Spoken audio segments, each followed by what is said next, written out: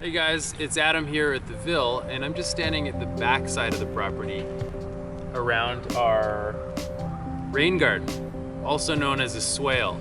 So basically what that means is it's a trench that's been cut along contour, and it's been dug in and then mounded on the other side so that when water flows down this slope, it actually just pools into this trench rather than running completely off and then into the nearby river.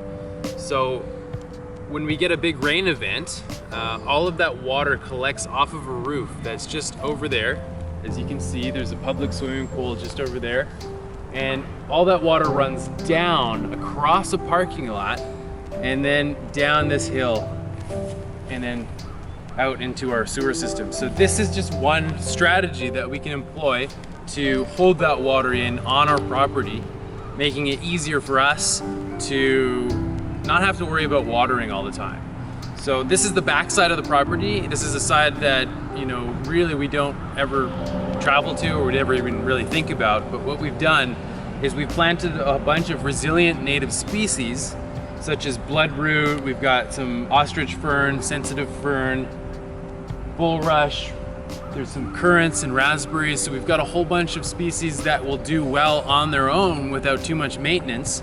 But the reason we've done this is to kind of demonstrate it is very simple to dig a trench along contour, which I'm going to explain in a minute, and have it so that the water is just simply staying there on its own. So the water comes down this slope here. And a lot of people think, doesn't the water just go right into the ground? Well, actually it doesn't. Once it hits a certain saturation point, that water will start running down the slope. And again, because we've dug this trench, we're actually preventing that water from continuing on down that slope and actually holding it right here. So all of these plants are getting watered.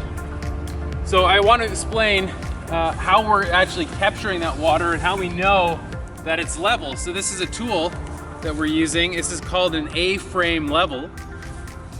And what it does is this essentially lets us know exactly where the level line is along this elevation. So to give you an example, I'm gonna show you this very DIY plumb line, which is just a chisel hanging from a rope. And basically I'm gonna try to line it up with this marker.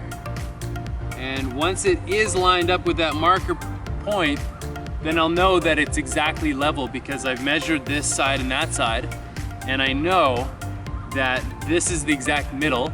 So then I know that from here to there, which is about 1 meter, is level, so it's on contour.